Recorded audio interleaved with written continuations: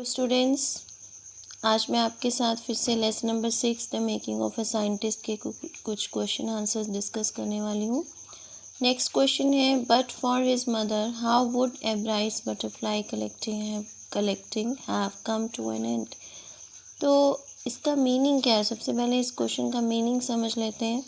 But for his mother, इसका meaning क्या है कि उसकी मदर ने क्या इम्पोर्टेंट रोल प्ले किया। अगर उसकी मदर ना होती तो एब्राइट का जो बटरफ्लाई कलेक्टिंग का जो उसने काम स्टार्ट किया था वो किस तरह से ख़त्म हो जाता।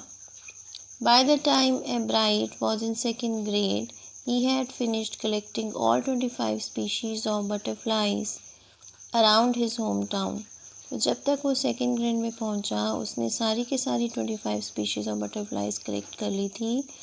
His butterfly collecting would have come to an end, but his mother got him a children's book called The Travels of Monarch X. उसका जो बटरफ्लाई कलेक्टिंग का जो काम उसने स्टार्ट किया था वो ख़त्म हो जाता, लेकिन क्या हुआ, उसकी मदर ने उसके लिए एक चिल्ड्रंस बुक ली, उसे दी, उसका नेम था the travels of monarch x. The book, which was about the migration of monarch butterflies to Central America, open the world of science to Ebright. तो ये जो बुक थी वो किसके बारे में थी? It was about the migration of monarch butterflies to Central America. और इस बुक को पढ़ के एक तरह का साइंस का वर्ल्ड उसके लिए ओपन हो गया। ये बुक जो थी उसके लिए एक टर्निंग पॉइंट थी उसकी लाइफ में। इसने बहुत इम्पॉर्टेंट रोल प्ले किया उसे साइंटिस्ट बनाने में। Next question, why was Ebright's participation in a country science fair in his 7th grade sad for him? What did he learn from this? When Ebright, the answer is when Ebright was in 7th grade, he participated in a country science fair and lost. 7th grade में उसने एक country science fair में participate किया, लेकिन वहाँ वो जीत नहीं पाया, he lost.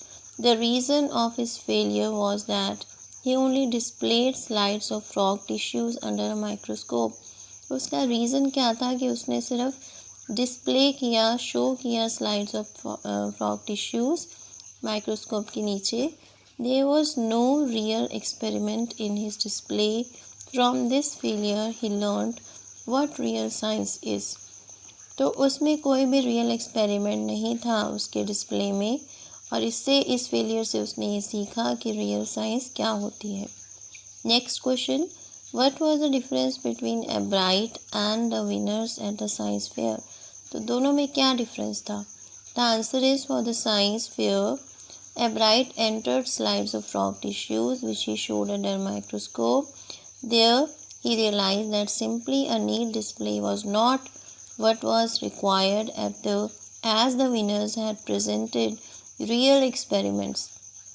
तो उसने सीखा कि सिर्फ डिस्प्ले करने से, नीट डिस्प्ले करने से ही वो विनर नहीं बन जाएगा, क्योंकि जितने भी विनर्स थे उन्होंने प्रेजेंट किए थे real experiments. Next question, mention any two of Ebright's contribution to the world of science. This question is important. Firstly, Ebright was able to identify the hormones chemical structure. सबसे पहले तो उसने hormone का chemical structure identify किया।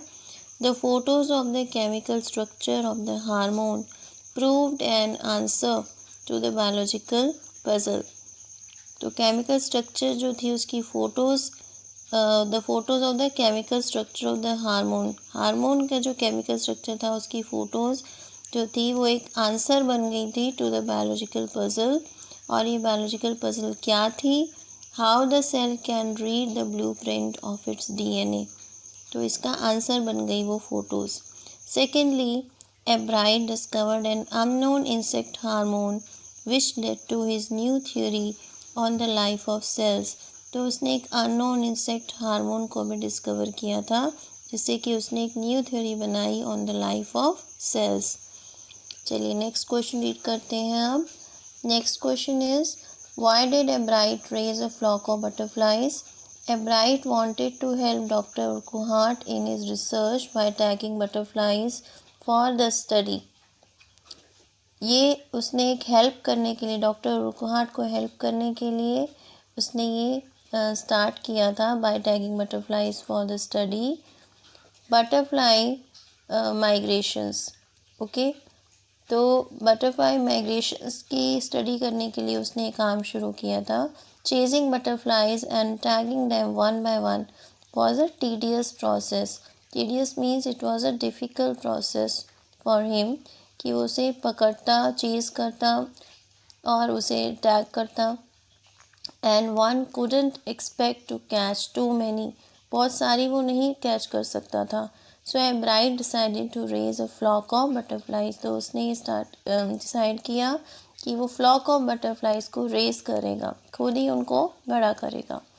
विच project in the 8th grade finally won Ebright an award, तो 8th grade में उसके project को अवार्ड मिला था। कौन सा था वो? In his 8th grade Ebright experimented to find the cause of a viral disease that kills all monarch butterflies, तो उसने एक एक्सपेरिमेंट किया था कि वो वायरल डिजीज़ जो कि मोनार्क बटरफ्लाइज को एवरी फ्यू ईयर्स जो ख़त्म कर देती है, किल मार देती है उनको। ओके, तो उसका कॉज क्या है, उसके लिए उसने एक्सपेरिमेंट किया। He thought beetles might be the carriers of the disease, उसे लगा कि बीटल्स के कारण वो डिजीज़ होती है। Hence he tried raising caterpillars in the presence of beetles, इसीलिए उसने कैटरपिलर्स को बीटल्स की प्रेजेंस में रेज करने की ट्राई करी। दो he didn't get any result, his effort one him a price, चाहे उसको कोई रिज़ल्ट नहीं मिला लेकिन एफ़र्ट करने के लिए उसे एक प्राइज़ मिला। तो आई होप आपको ये सारे क्वेश्चंस क्लियर हो गए। नेक्स्ट वीडियो में मैं आपको लॉन्ग आंसर्स बताऊंगी। See you in the next video.